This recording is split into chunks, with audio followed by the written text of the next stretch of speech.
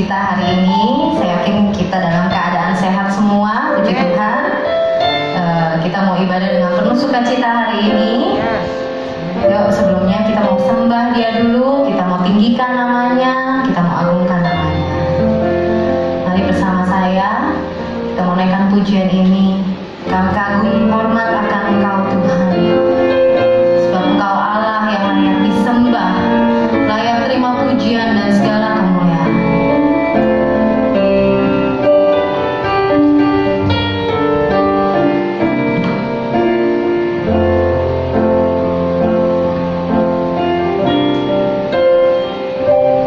Kau sungguh indah tiada tandanya, sungguh menakjubkan.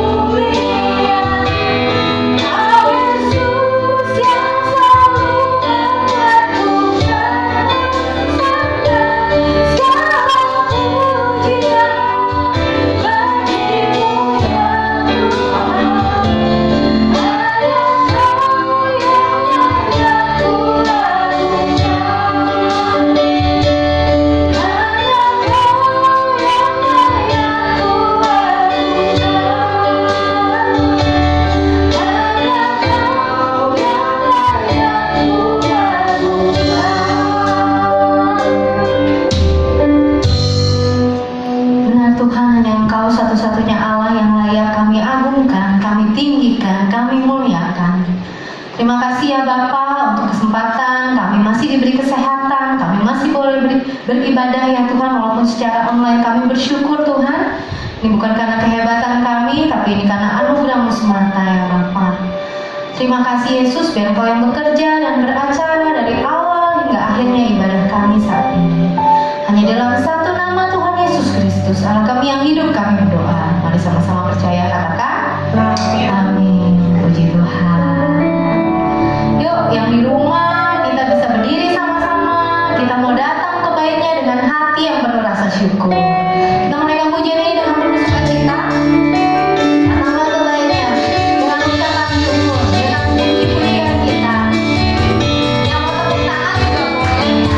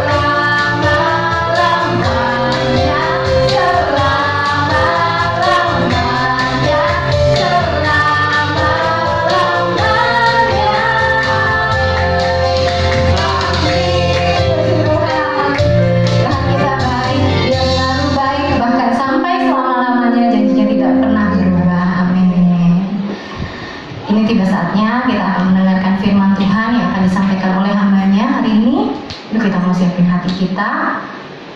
Kita mau sungguh-sungguh biar hati kita menjadi tanah yang subur. Biar firman yang disampaikan tidak berlalu begitu saja.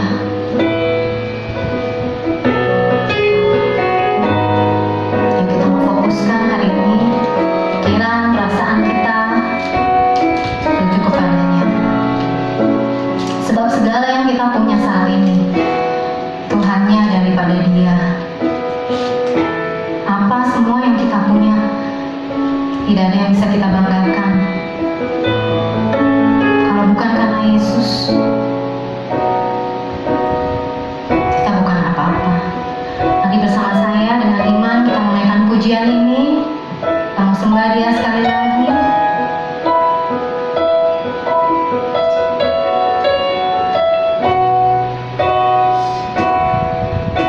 Segala yang ku punya, segala yang ku dapat,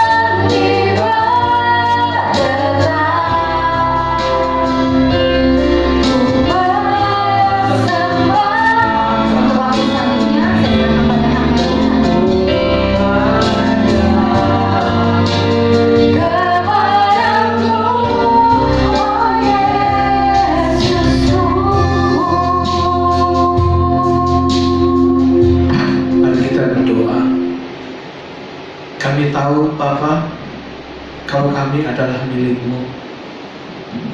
Kami tahu bahwa Engkau yang berdaulat dan bertata atas seluruh kehidupan kami. Karena itu kalau kami boleh ada sebagaimana kami ada pada saat ini, itu semua karena kebaikan Tuhan yang melimpah di dalam kehidupan kami. Kalau Tuhan izinkan kami saat ini boleh mengikuti ibadah walaupun secara online, itu pun karena kebaikan Tuhan. Biarlah segalanya boleh berjalan seperti apa yang Bapa rencanakan di dalam kehidupan kami.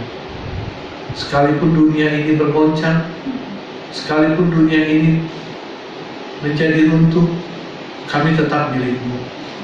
Dan kami perlu dekat dengan Tuhan, dan harus dekat dengan Tuhan. Bahkan hidup kami harus melekat kepada-Mu. Karena itu Bapa, di dalam ibadah ini, kami tetap merindukan suara-Mu. Kami tetap merindukan nasihat-Mu. Kami tetap merindukan teguran-Mu. Kami tetap merindukan firman-Mu. Semua yang akan memimpin kehidupan kami, supaya kami semakin hari, hidup kami semakin menyukakan hati Tuhan. Berfirmanlah buat kami ya Bapa. Biar Allah Roh Kudus yang akan memberkati kami semua, dan Allah Roh Kudus juga yang akan mengurapi hamba-Mu ini. Di dalam nama Tuhan Yesus Kristus. Amin. Shalom saudara-saudara. Bagaimana kabarnya di rumah sekalian? Pasti baik-baik, puji Tuhan, luar biasa. Karena kita punya Yesus yang luar biasa. Amin ya saudara-saudara ya. Belum lama ini kita baru saja merayakan hari kenaikan Yesus ke dalam kerajaan surga. Dan pada hari ini bertepatan dengan hari turunnya Roh Kudus, hari Pentakosta, turunnya Roh Kudus atas para rasul. Ini adalah satu peristiwa yang menghebohkan, satu peristiwa yang luar biasa yang dialami oleh murid-murid Yesus 2000 tahun yang lalu. Baiklah, kita buka dari kitab para rasul, kitab para rasul 2 ayat 1 sampai 13. Banyak nih, ya benar banyak. Saya akan membacakan satu perikop penuh karena kisah Rasul 2 ayat 1 sampai 13 ini benar-benar menceritakan tentang tragedi, tentang peristiwa yang benar-benar dialami oleh murid-murid Yesus ketika Roh Kudus itu dicurahkan pada hari Pentakosta. Saya akan bacakan buat saudara-saudara semua ya. Judulnya adalah Pentakosta. Ketika tiba hari Pentakosta, semua orang percaya berkumpul di satu tempat.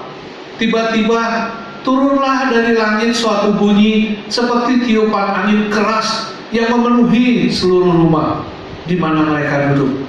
Dan tampaklah kepada mereka lidah-lidah seperti nyala api yang bertebaran dan hinggap pada mereka masing-masing. Maka penuhlah mereka dengan Roh Kudus. Lalu mereka mulai berkata-kata dalam bahasa-bahasa lain seperti yang diberikan oleh Roh itu kepada mereka untuk mengatakannya. Waktu itu di Yerusalem diam orang-orang Yahudi yang saleh dari segala bangsa di bawah kolong langit. Ketika turun bunyi itu, berkerumunlah orang-orang banyak. Mereka bingung karena mereka masing-masing mendengar rasul-rasul itu berkata-kata dalam bahasa mereka sendiri. Mereka semua tercengang-cengang dan heran, lalu berkata, bukankah mereka semua yang berkata-kata itu orang Galilea?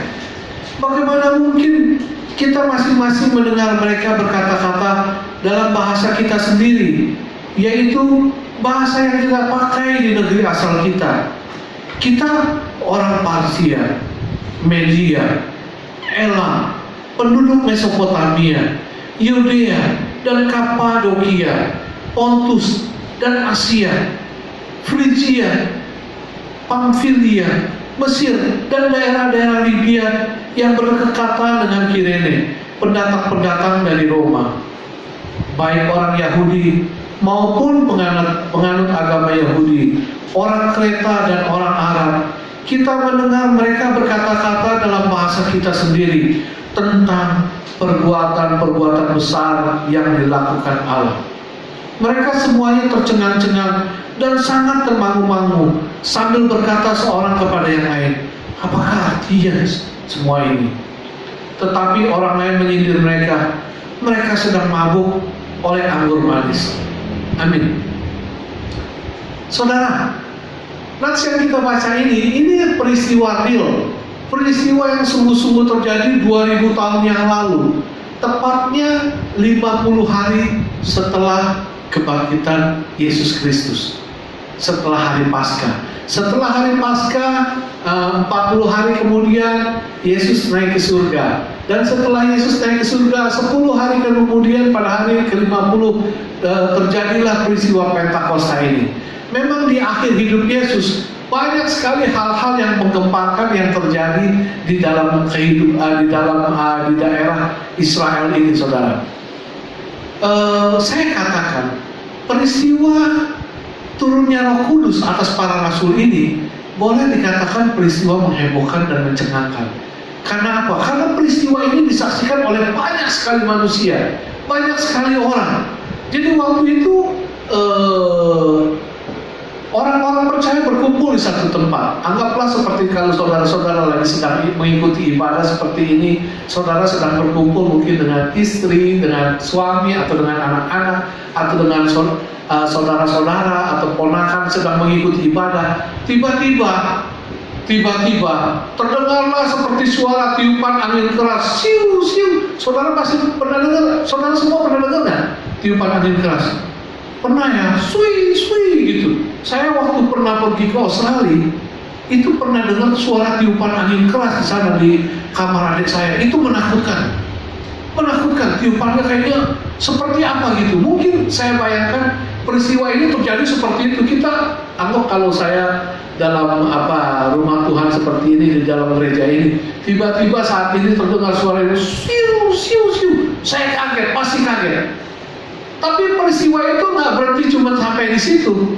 Selain suara ribut karena suara tiupan angin keras, saat itu juga ada muncul seperti lidah-lidah api. Firman Tuhan katakan muncul seperti lidah-lidah api. Saudara mungkin semua tahu ya, kalau gambar-gambar seperti gambar lidah api seperti apa gitu. Bukan lidah manusia atau lidah apa gitu. Seperti lidah api begitu muncul. Dan lidah api ini menghampiri semua orang percaya yang ada pada saat itu. Dia datang menghampiri, jadi kayak kita ya menghampiri gitu kepada semua orang yang percaya saat itu. Tapi orang yang dihampiri oleh lidah-lidah api itu nggak terbakar semuanya, nggak terbakar sama sekali. Dan mereka ketika dihampiri seperti itu, lalu ada satu hal yang aneh, satu hal yang luar biasa terjadi. Mereka mulai berbicara, mereka mulai berkata-kata. Mereka mungkin merasa berkata-kata seperti kata-kata manusia biasa atau seperti kata-kata yang mereka ucapkan. Tapi sebenarnya mereka berkata-kata seperti apa yang Roh Kudus berikan kepada mereka. Saat itu saudara, itu di Yerusalem sedang berkumpul, firman Tuhan katakan, sedang berkumpul orang-orang saleh yang ada di luar sana. Memang di Israel itu orang agama Yahudi itu mereka ada punya beberapa perayaan hari raya besar yang mereka rayakan. Di antaranya Paskah, Pentakosta. Kalau hari raya Paskah, mereka itu memperingati Paskah pertama kali dalam Perjanjian Lama. Mereka memperingati waktu bangsa Israel pertama kali keluar dari tanah Mesir menuju ke tanah Perjanjian. Pada malam hari waktu tulah terakhir yang Allah berikan kepada bangsa Israel, semua orang sulung, semua anak-anak sulung itu akan meninggal. Itu hanya malaikat maut akan lewat, hanya rumah-rumah yang ada tanda darahnya, tanda darah korban itu yang akan dilewati. Nah itu malam-malam Paskah itu adalah Pesak, Passover. Jadi waktu malaikat maut lewat, semua bangsa-bangsa Israel yang rumahnya ada tanda salib itu tidak terkena musibah itu. Ini yang namanya Paskah pertama kali. Tapi Paskah dalam Perjanjian Baru itu bertepatan dengan kebangkitan Yesus, yang biasa kita peringati kebangkitan Yesus pada hari yang ketiga setelah Yesus meninggal. Itu Paskah. Dan kebiasaan mereka itu setiap Paskah itu bangsa Yahudi yang tinggal di luar negeri, tinggal di perantauan dimanapun, mereka biasanya akan pulang. Kalau mereka punya duit, ada rezeki, ada milik, mereka akan berusaha untuk pulang, untuk berkumpul di tanah Yerusalem untuk merayakan Paskah. Karena itu nggak heran waktu peristiwa Pentakosta masih banyak orang-orang di perantauan. Pentakosta itu dalam perjanjian lama itu mereka merayakan hari panen gandum, hari raya panen gandum. Tapi Pentakosta dalam perjanjian baru ini mereka merayakan pertepatan 50 hari turunnya Roh Kudus atas para rasul. Jadi saat itu yang kumpul tuh bukan cuma orang lokal aja, bukan cuma orang-orang daerah situ yang memang orang-orang Yerusalem yang tinggal di situ, bukan. Tapi yang kumpul itu banyak orang-orang luar negeri, keturunan Israel yang tinggal di Mesopotamia, yang di Mesir, yang di Kapadokia, di mana-mana semua datang kumpul. Dan yang hebatnya, rasul-rasul itu setelah mereka dipenuhi oleh Roh Kudus, mereka berbicara dengan bahasa-bahasa di tempat tinggal para perantauan itu, bangsa Yahudi. Jadi kalau saat itu mungkin Rasul Petrus dia sedang berbicara, Rasul Petrus mungkin rasanya dia berbicara seperti berbicara bahasa biasa aja, berbicara bahasa yang mereka pakai. Tapi orang-orang Mesopotamia mendengar, waduh, dia bicara pakai bahasa Mesopotamia. Oh, dia bicara pakai bahasa Amfilia. Mereka bicara, anak murid Yesus kok bisa bicara pakai bahasa Mesir? Jadi bicara menurut bahasa tempat mereka tinggal. Ini yang saya katakan ini akan menghebohkan. Karena apa? Karena peristiwa ini disaksikan oleh mereka semua yang tinggal di perantauan. Dan secara otomatis mereka akan pulang ke daerahnya dan pasti akan bercerita di sana tentang satu peristiwa yang luar biasa. Dan memang peristiwa ini adalah peristiwa yang luar biasa. Saudara, waktu mereka bicara seperti bahasa yang diberikan oleh Roh Kudus kepada mereka semua, mereka itu kadang nggak sadar. Mereka tidak tahu, mereka bicara seolah-olah biasa, tapi banyak sekali kejadian seperti ini sampai sekarang ini. Dan banyak sekali Roh Kudus memberikan hal-hal seperti ini, pencurahan Roh Kudus atau Roh Kudus berbicara dengan bahasa-bahasa asing. Saya pernah datang ke sebuah gereja lagi ngobrol-ngobrol waktu itu tentang Pentakosta gitu, tentang Roh Kudus, tentang bahasa roh, tentang orang yang tiba-tiba bisa ngomong pakai bahasa asing begitu. Jadi dia sendiri cerita, saya sendiri nyaksiin Pak. Waktu itu kita lagi sama-sama gerejanya gereja Jawa malah ada di gereja kita lagi nyanyi. Itu salah seorang tua-tua kita, laki-laki katanya, suaranya bagus. Dia lagi nyembah Tuhan, lagi nyanyi.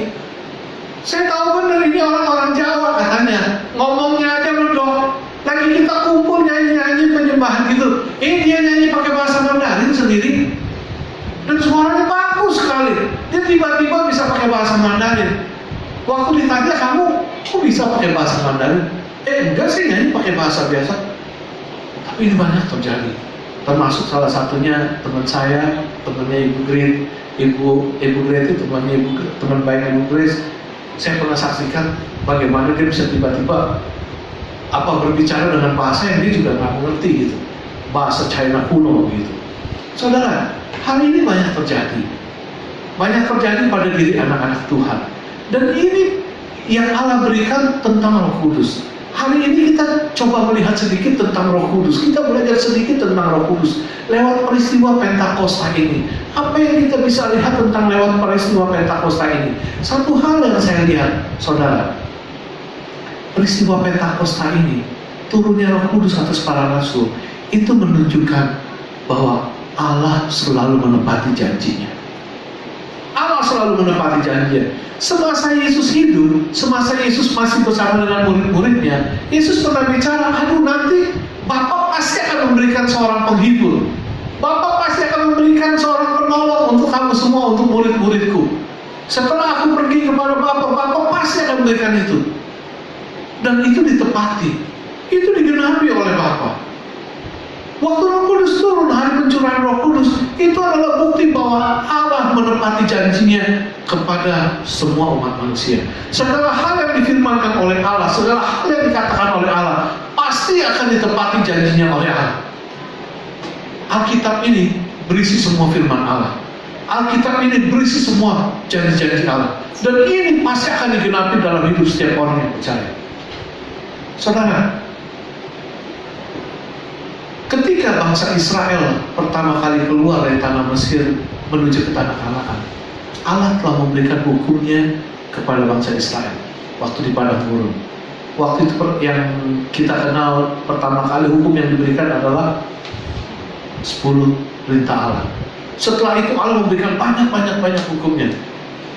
Dan Allah memberikan janji-janji, bukan hanya sekedar hukum, tapi janji-janji yang Allah berikan juga banyak sekali untuk umat manusia.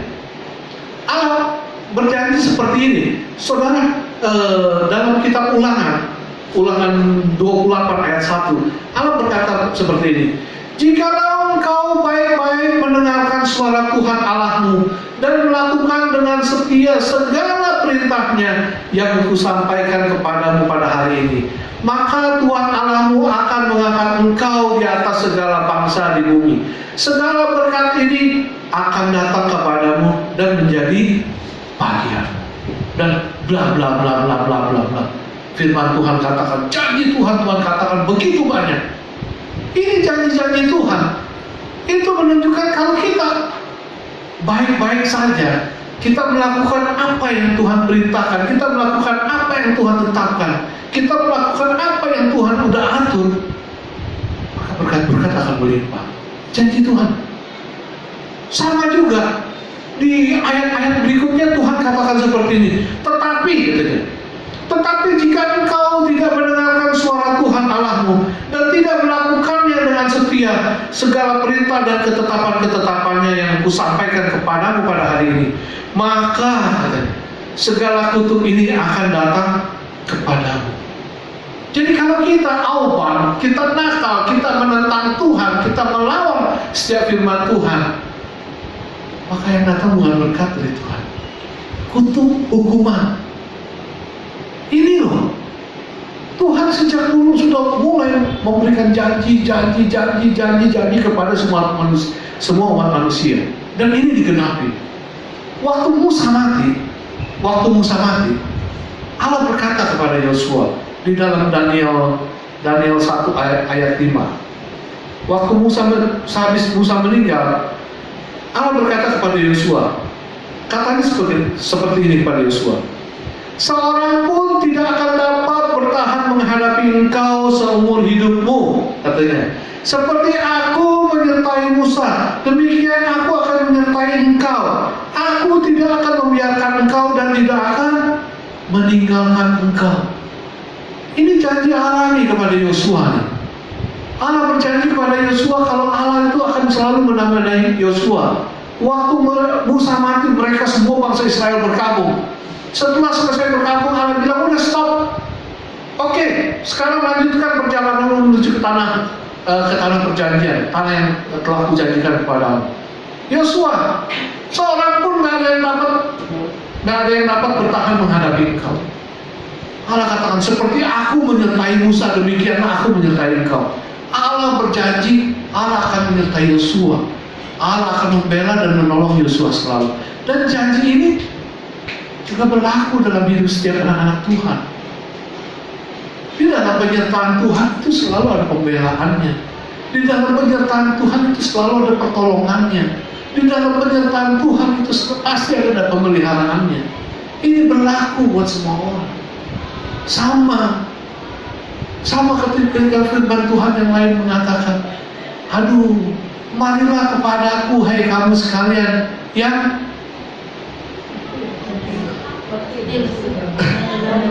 semuanya pakai masker jadi nggak jelas.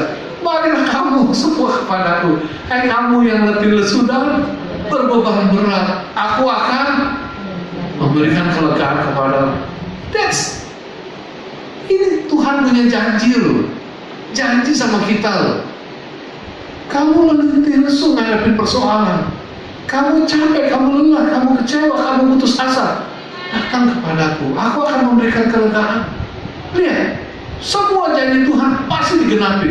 Tuhan juga janji, aduh, pencobaan-pencobaan yang kau alami adalah cobaan biasa. yang tidak melebihi kekuatanmu. Dan pada saat kau dicobai, aku akan memberikan jalan keluar bagimu. Ini janji Tuhan. Dan ini semua pasti akan digenapi. Sebagaimana Allah berjanji akan memberikan seorang penolong, seorang penghibur kepada kita. Karena itu ketika Roh Kudus dicurahkan, saya tahu bahwa Allah selalu menepati janji. Kita sebagai anak-anak Tuhan, pegang janji Tuhan. Tuhan bukan tukang cipuak, Tuhan bukan tukang bohong. Tuhan nggak kayak manusia yang ngomong sekarang besok lupa. Tapi setiap kata-kata yang dikeluarkannya, setiap janji-janji yang dikeluarkannya, dia selalu ingat dan dia selalu genapi. Allah berikan janji itu kepada kita untuk apa? Karena Allah sayang sama kita. Karena Allah ingin menolong kita selalu. Allah ingin memagari dan membentengi kita selalu. Itu nomor satu, saudara. Peristiwa Pentakosta itu merupakan satu bukti bahwa Allah selalu menepati janjinya. Lalu nomor dua, peristiwa Pentakosta tentang turunnya Roh Kudus kepada para rasul. Itu apa sih? Roh Kudus itu akan memampukan kita untuk bisa melakukan banyak perkara-perkara luar biasa dalam kehidupan kita. Kalau kita baca tadi, kita baca semua murid-murid Yesus yang tadinya sedang ketakutan karena Yesus mati, karena Yesus di kayu salib. Ketika Roh Kudus memenuhi mereka, lihat semangatnya berubah. Lihat apa yang ada dalam hatinya, dalam jiwanya, dalam imannya, semuanya bangkit. Bahkan dia bisa berkata-kata seperti yang enggak pernah dipikirkan. Kalau saudara baca ke ayat selanjutnya, saat itu juga Petrus berdiri. Petrus berkhotbah, langsung Petrus bicara. Itu yang namanya KKR pertama yang paling hebat. Sekali Petrus berkhotbah, berapa banyak orang bertobat? 3.000 men. 3.000 men. Bukan karena Petrus jago loh, bukan karena Petrus hebat. No. Karena apa? Karena ada Roh Kudus yang menaunginya. Karena Roh Kudus yang bicara lewat Petrus. Karena Roh Kudus yang membuat Petrus jadi luar biasa. Padahal sebelumnya Petrus, dia menyangkal Yesus. Siapa sih Petrus? Petrus cuma nelayan biasa. Kita tahu nelayan itu pendidikannya tingginya seperti apa sih? Manusia biasa aja, orang-orang biasa aja. Tapi lihat, ketika Roh Kudus ada, Roh Kudus memampukan dia bisa melakukan sesuatu hal yang luar biasa hebat. Saudara tahu Rasul Paulus? Rasul Paulus itu dulunya seperti apa? Rasul Paulus dulu itu dia Saulus. Kalau untuk orang Kristen dia nggak bedanya sama orang penjahat. Karena apa? Karena dia itu paling hobi untuk ngejar-ngejar orang Kristen. Paling hobi itu ngeburu orang Kristen, nangkepin orang Kristen, bahkan ngebunuh orang Kristen. Kasih orang Kristen, pengikut-pengikut Kristus semuanya masuk penjara. Dia nggak beda seperti itu. Tapi lihat, ketika si Saulus di-touch sama Roh Kudus, ketika Saulus dipenuhi oleh Roh Kudus, lihat apa yang Roh Kudus lakukan. Dia bisa berbalik luar biasa. Dia bisa jadi pribadi yang bisa mewartakan kerajaan Allah, mewartakan Injil dengan luar biasa. Saudara, jangan pernah merasa minder menjadi diri kita.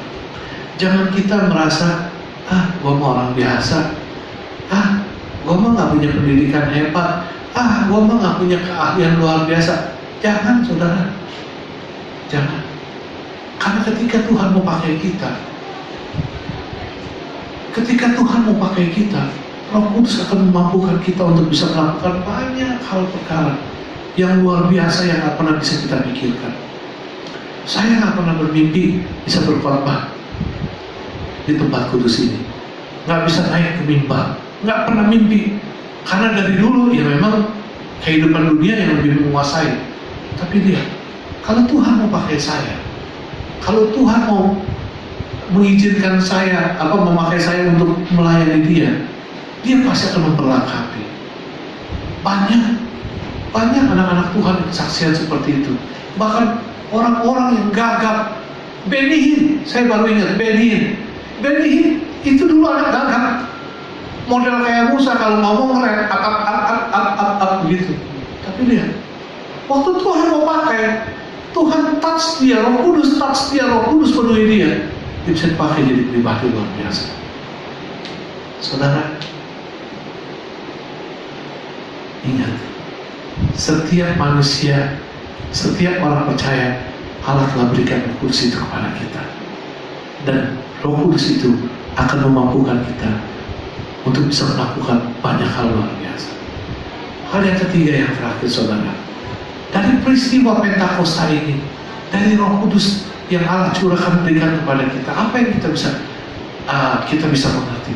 Saudara, nomor 3, Roh Kudus itu akan selalu menuntun kita untuk menjadi orang yang baik, akan selalu menuntun kita untuk menjadi orang yang benar, yang hidupnya berkenan kepada Tuhan. Mengapa seperti ini? Ya karena dia Roh Allah. Allah berikan Roh Kudus kepada manusia karena Allah tahu hidup dalam dunia ini terlalu banyak godaan, hidup dalam dunia ini terlalu banyak jebakan, hidup dalam dunia ini iblis terlalu lihai, terlalu pintar.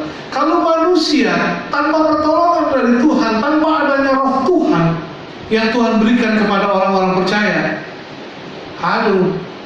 kita pasti akan gampang diombang-ambingkan, kita pasti akan gampang terpleset, kita pasti akan gampang tertipu, kita pasti akan gampang masuk jebakan-jebakan si iblis. Saudara, dan Roh Kudus ini yang mengingatkan kita, Roh Kudus ini yang mengajarkan kita untuk bisa melakukan segala sesuatu sesuai, seturut seperti apa yang Tuhan telah tetapkan. Keinginan manusia lebih condong kepada keinginan daging. Dan Roh Kudus ini yang mengajarkan kita untuk kita bisa melepaskan, mematikan segala keinginan daging. Selalu mengingatkan kita supaya kita jangan melakukan hal itu yang bertentangan dengan kebenaran firman Tuhan. Tapi ada tapinya. Terkadang banyak anak-anak Tuhan itu nggak tahu sebenarnya di dalam diri dia ada Roh Kudus. Itu yang pertama, saudara. Ada juga anak-anak Tuhan yang tahu tapi belakang bego. Banyak. Di dalam 1 Korintus 3 ayat 16 itu Rasul Paulus menegur jemaat di Korintus. Karena apa? Karena kehidupan jemaat Korintus tuh nggak berkenan kepada Tuhan. 1 Korintus 3 ayat 16, coba. 1 Korintus 3 ayat 16. 1 Korintus 3 ayat 16.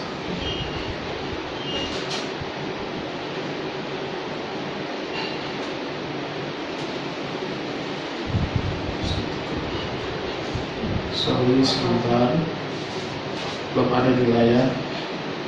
Nah, 1 Korintus 3 ayat 16, Rasul Paulus berkata seperti ini kepada jemaat di Korintus. Tidak tahukah kamu bahwa kamu adalah bait Allah dan bahwa Roh Allah diam di dalam kamu? Ini kalau Rasul Paulus mengatakan ini kepada jemaat di Korintus, itu menunjukkan kalau jemaat Korintus sebenarnya dia sadar nggak sih kalau dalam dirinya itu ada Roh Kudus atau enggak? Atau dia sadar tapi pura-pura nggak sadar? Karena apa? Karena kehidupan jemaat di Korintus itu diberkati luar biasa loh. Mereka kecukupan, kelimpahan boleh dibilang. Tapi mereka tuh hidup banyak dalam perzinahan, banyak dalam perselingkuhan. Bahkan lebih parahnya lagi, mereka melakukan perzinahan dan perselingkuhan yang melebihi daripada orang-orang dunia. Coba kalau saudara lihat di 1 Korintus 5 ayat 1. Nih, dosa dalam jemaat. Lihat, surat Rasul Paulus ini mengatakan seperti apa? Memang orang mendengar bahwa ada percabulan yang begitu rupa, seperti yang tidak terdapat seperti yang tidak terdapat sekalipun di antara bangsa-bangsa yang tidak mengenal Allah, yaitu bahwa ada orang yang hidup dengan istri ayahnya. Istri ayah siapa?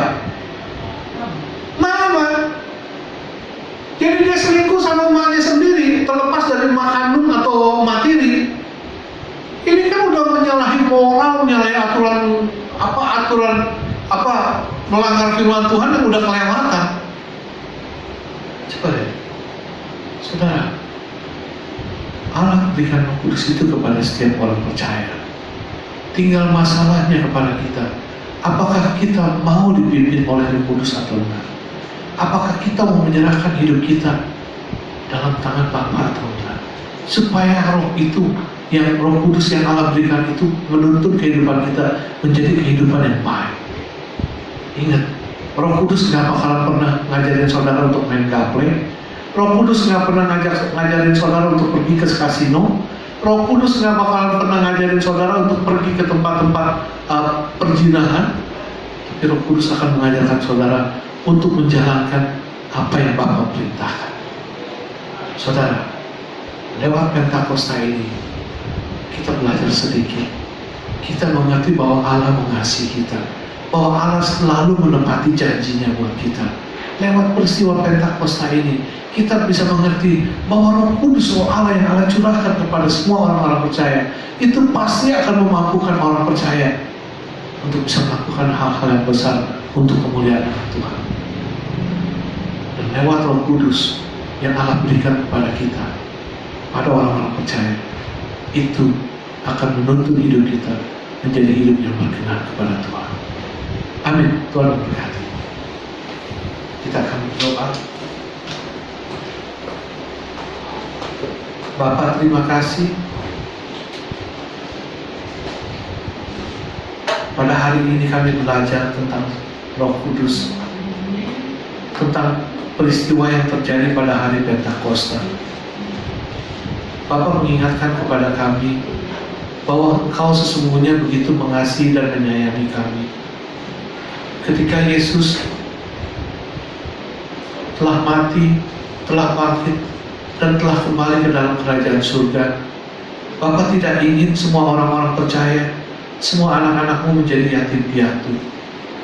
Dan Bapa tetap ingin setia menyertai kehidupan setiap orang-orang percaya. Bapa tidak ingin melepaskan semua umat manusia untuk berjalan sendiri.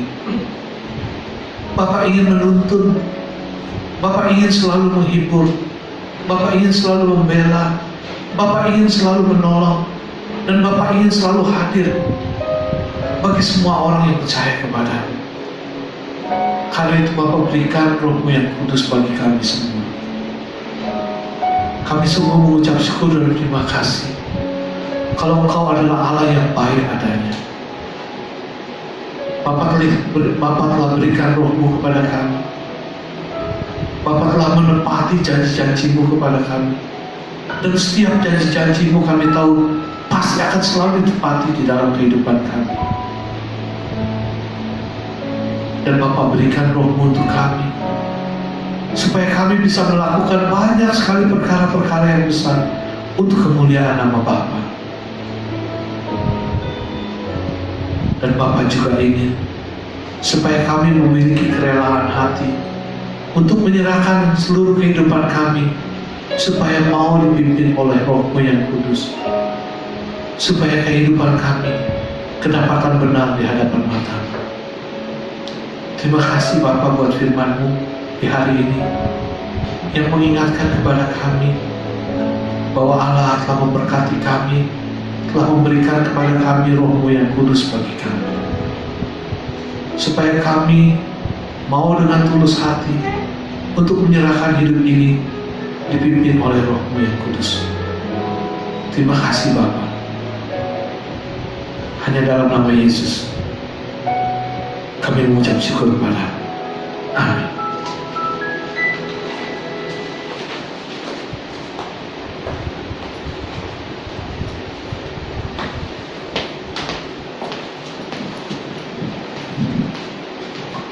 Puji Tuhan, saya yakin kita semua diberkati oleh firman yang telah disampaikan oleh hambanya hari ini. Terima kasih buat Om Wiwi, Tuhan Yesus memberkati. Puji Tuhan. Buat jemaat, Bapak Ibu Saudara yang ingin memberikan persembahan, jangan lupa di layar di bawah ini ya, ini nomor rekeningnya bisa ditransfer langsung ke sini. Itu Tuhan memberkati Bapak Ibu. Terus kemudian kemudian kita akan mengakhiri ibadah kita hari ini. Yuk, saya undang untuk kita nyanyi lagi sekali lagi. Sekali lagi kita mau mengatakan segala pujian syukur bagimu Tuhan.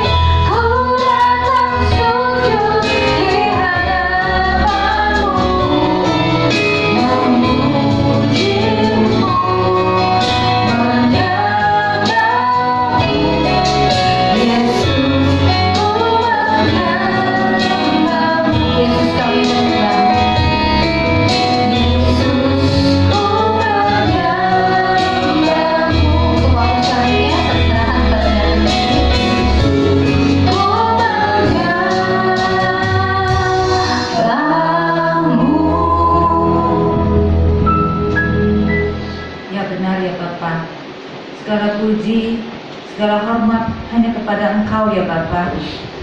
Terima kasih ya Tuhan, di mana Engkau telah memberikan pendamping yang setia dalam hidup kami. Roh Kudus yang mendampingi kami. Terima kasih sungguh ya Bapa. Engkau memberikan Roh-Mu menyertai kehidupan kami, memberkati kami. Karena Engkau Allah yang setia. Ajar kami ya Tuhan. Ajar kami, tegur kami terus menerus Tuhan. Terima kasih ya Bapa. Kami serahkan seluruh jemaat Aberta ke dalam tangan-Mu ya Tuhan. Engkau yang memberkati jemaat Aberta satu persatu ya Tuhan. Terima kasih untuk saat ini ya Bapa. Bagi kami yang lemah, bagi kami yang letih, biarlah Engkau menurunkan Roh-Mu dengan tak jemu-jemu ke dalam kehidupan kami. Ya Bapa, terima kasih sekali lagi untuk hari ini. Kami serahkan hari-hari selanjutnya ke dalam tangan-Mu ya Tuhan. Mungkin kami ada yang terdampak oleh kondisi ini, kondisi pandemi yang sudah kami lalui dalam 1 tahun terakhir ini. Biar Engkau memberikan kami hikmat yang daripada-Mu untuk melewati, memberi kekuatan untuk menghadapi pandemi ini ya Tuhan. Biarlah pandemi ini cepat berakhir ya Bapa. Untuk keluarga yang ditinggalkan karena COVID-19 ini Tuhan, biarlah penghiburan dan kekuatan kepada keluarga yang telah kehilangan orang-orang yang dikasihi Tuhan. Biar segala vaksin juga cepat diberikan kepada semua rakyat Indonesia ya Tuhan. Ya Bapa, kami serahkan semua ke dalam tangan-Mu. Engkau yang beracara, Engkau yang berdaulat atas hidup kami ya Tuhan. Kami serahkan, kami akan duduk diam hanya di bawah kaki-Mu Tuhan.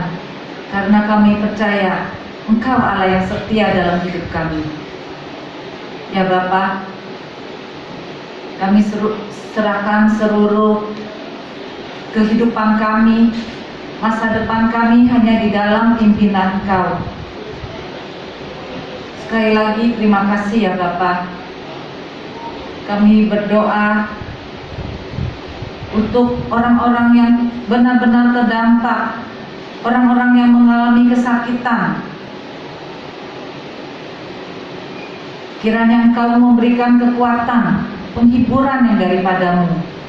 Sekali lagi ya Tuhan, kami serahkan semuanya ke dalam tangan-Mu. Ya Bapa, kami berdoa juga untuk tanah air kami, Indonesia ya Tuhan. Engkau memberikan roh yang takut kepada Bapak Jokowi dan segala menteri. Biar ada roh takut kepada Engkau ya Bapa, dan dapat memulihkan ekonomi untuk negara kami ini.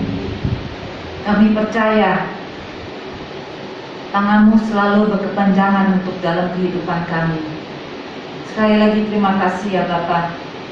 Kami serahkan seluruh jemaat Aberta ke dalam tangan-Mu. Engkau yang memberkati, Engkau yang melindungi kami semua. Terima kasih ya Bapa. Hanya dalam nama Tuhan Yesus kami sudah berdoa.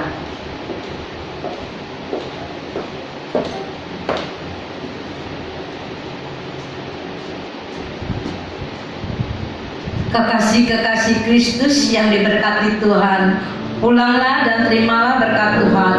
Turunlah kiranya atas saudara-saudara semua kasih karunia dan damai sejahtera dari Allah Bapa, pengampunan dan kasih sayang dari Tuhan Yesus Kristus, penghiburan, penyertaan, bahkan pimpinannya dalam kuasa Roh Kudus memimpin kita sekalian, mulai saat ini sampai Maranatha Tuhan Yesus datang yang kedua kali. Di dalam nama Tuhan Yesus kami sudah berdoa dan bersyukur. Haleluya. Sama-sama kata